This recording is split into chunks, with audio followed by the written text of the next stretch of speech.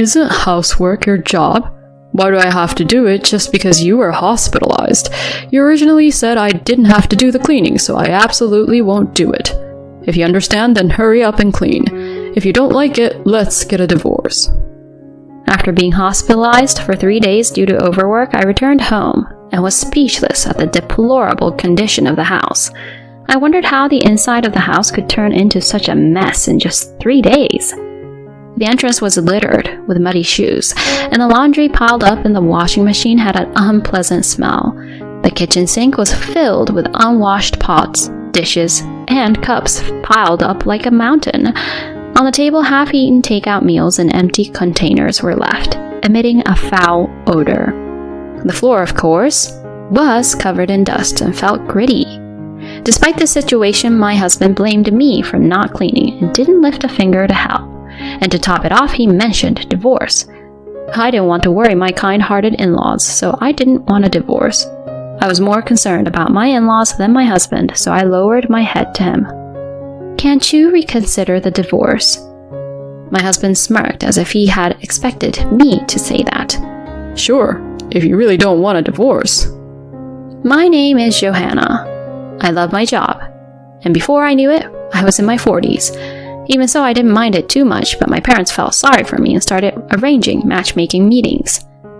I initially declined the first few proposals, stating my love for work and how I absolutely didn't want to get married. However, the last proposal they brought up was a matchmaking with my childhood friend Melvin, who lives near my parents' house. A matchmaking with Melvin, huh? They've always been kind to me, so maybe I should at least meet him. Convinced by my parents, I agreed to meet him, but it had been a long time since I had seen my childhood friend, with whom I had been matched with. My parents are busy, so we only communicated over the phone. Even during the matchmaking process, I only met with my childhood friend. He is 5 years younger than me, and when we were kids, I used to hold his hand a lot. Yeah, I used to always follow you around, right? When you were little, you were such a cute, spoiled kid that I couldn't help but tease you. That's right. It was during a summer fair when we were little. We reminisced about old memories and hit it off. Melvin said it was okay for me to continue working, so we started dating, and a year later we got married. This happened when I was 38 years old. Since we did not have a wedding, Melvin, who became my husband, met my parents only at the introduction meeting, and after that, we did not see each other very often. To make up for it, my in-laws were very considerate and caring. I had often visited my husband's house since I was a child and knew his parents well. My in-laws were very happy that I was getting married. I'm so happy that you're coming to be our daughter-in-law, Johanna. Are you really sure about Melvin? Yeah. This guy has always lived with his parents and can't do anything, you know? Melvin had never lived on his own, and he always said that his parents had taken care of all the household chores and he couldn't do anything. Even so, I thought he could manage some things. Whatever he couldn't do, I could handle. That's what I believed. However, Melvin, the washing machine wasn't running. Just putting clothes in won't do it. You have to add detergent and press the button. Oh, right. I'm sorry. It turned out that Melvin couldn't do any housework at all. I tried to teach him a few times, but he couldn't seem to remember and kept making mistakes, leaving me to redo everything. I couldn't help but chuckle at my husband, who apologized with a look of embarrassment, thinking that some things never change from childhood. It's okay, I'll take care of it so you don't have to do anything. Oh, but could you at least handle the simple task of taking out the trash? I couldn't help it, so I decided to take on the household chores myself and asked my husband to handle the task of taking out the trash, something anyone could do. My husband is generally kind, but sometimes he has these moments that make me wonder. For example, when we were looking at my high school yearbook together, he pointed at a classmate and said, "This person looks ugly, wow." When talking about the school trip, "Johanna, did you go on the school trip? I thought you couldn't because your family was poor."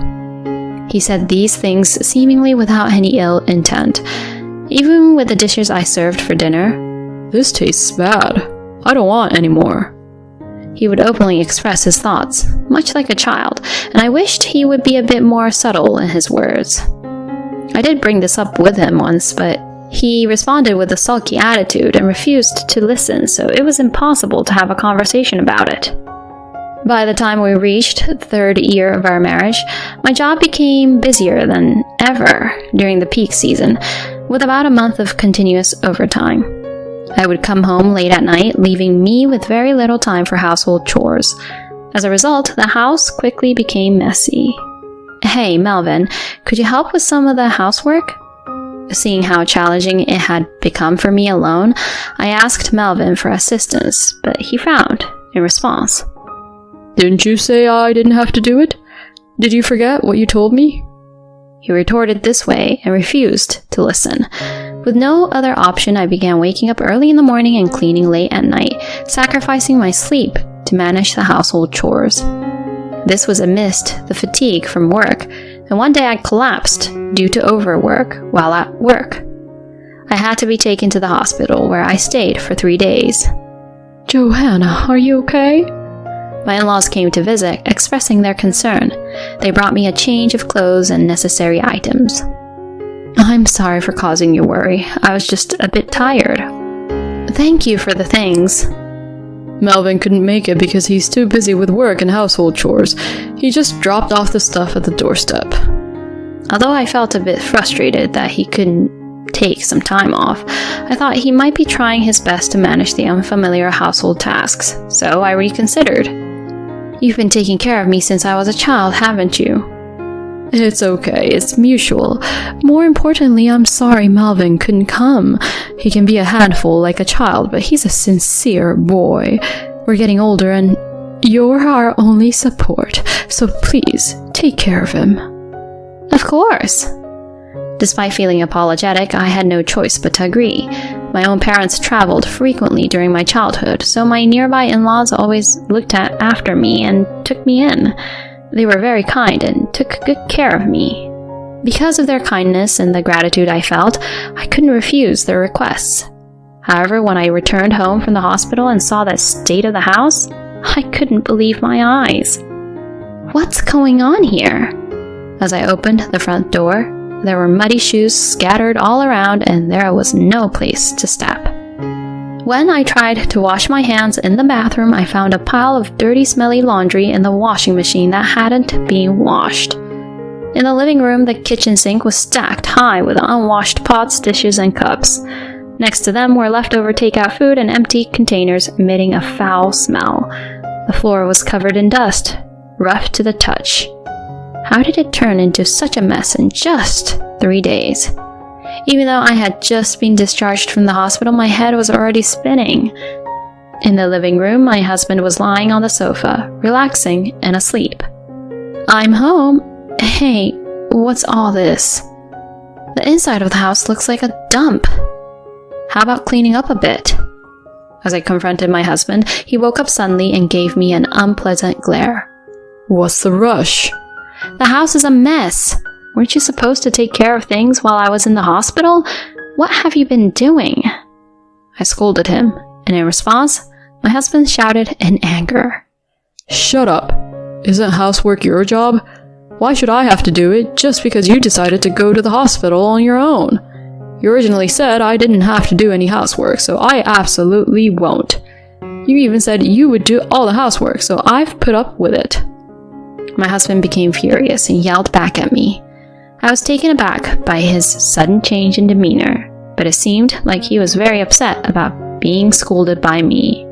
I had always been the caring older sister figure who would do anything if asked, so perhaps he had expected an easy life after marriage. He uttered in frustration, "This has been disappointing."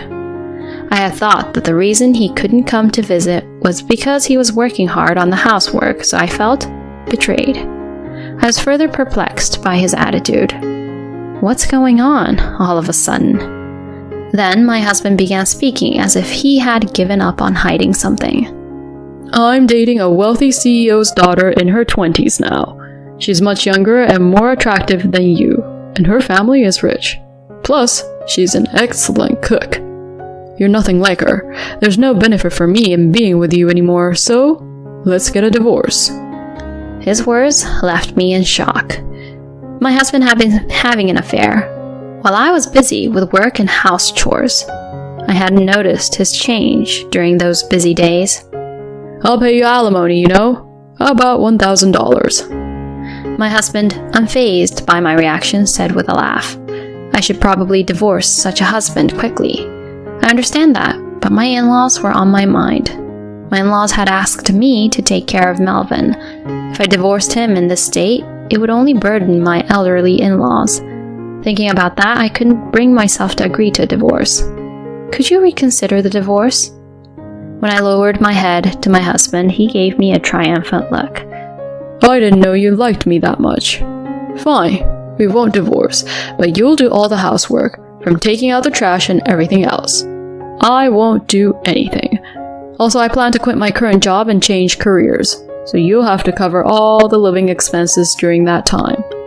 Oh, and improve your cooking skills.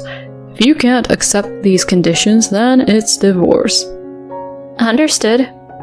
Reluctantly, I accepted these terms, feeling like a servant.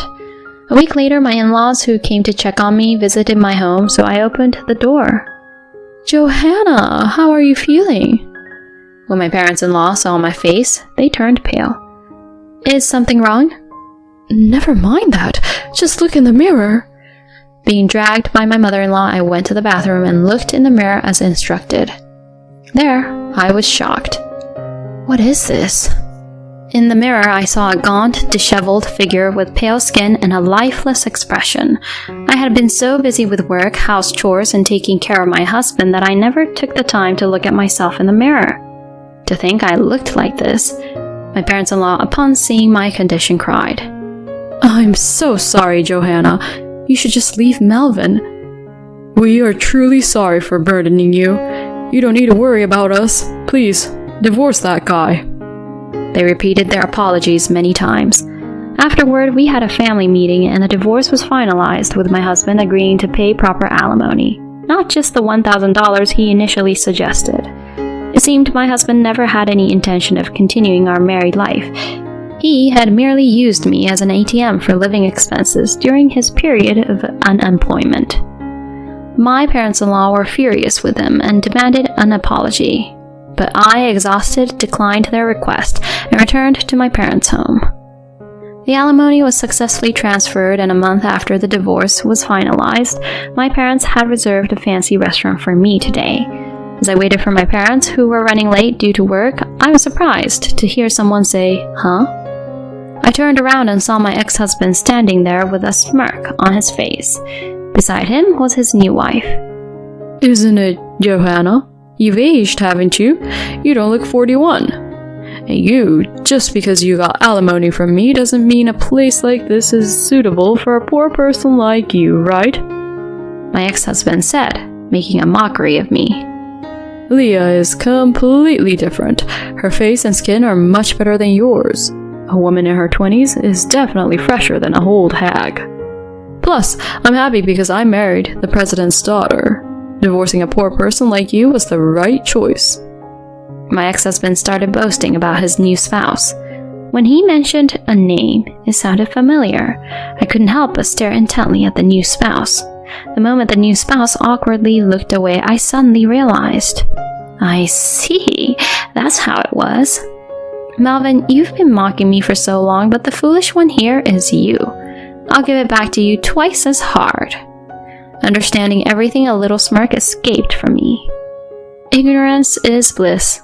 My condolences. What do you mean? Don't make excuses just because you're frustrated. As my ex-husband continued to confront me, I explained to him. Your new spouse, Leah, was my classmate, you know. Huh? What are you talking about? Leah is in her 20s. Do you seriously think you can pass for being in your 20s yourself? No, Leah is different. She's the same age as me, but she's lied about her age. She's probably had some plastic surgery to look younger. Do you remember when you saw my high school album and called someone ugly? That was Leah. I recognized her because there's a resemblance. Saying this, Johanna's husband looked wide-eyed at his new spouse. No, you got it wrong. As the new spouse denied it, while acting suspiciously, I managed to guess her personal information. Come to think of it, you had a distinctive mole on the back of your neck, didn't you? I remember because our classmates used to tease you about it. Upon hearing their accusation, the husband turned pale. It seemed to be true.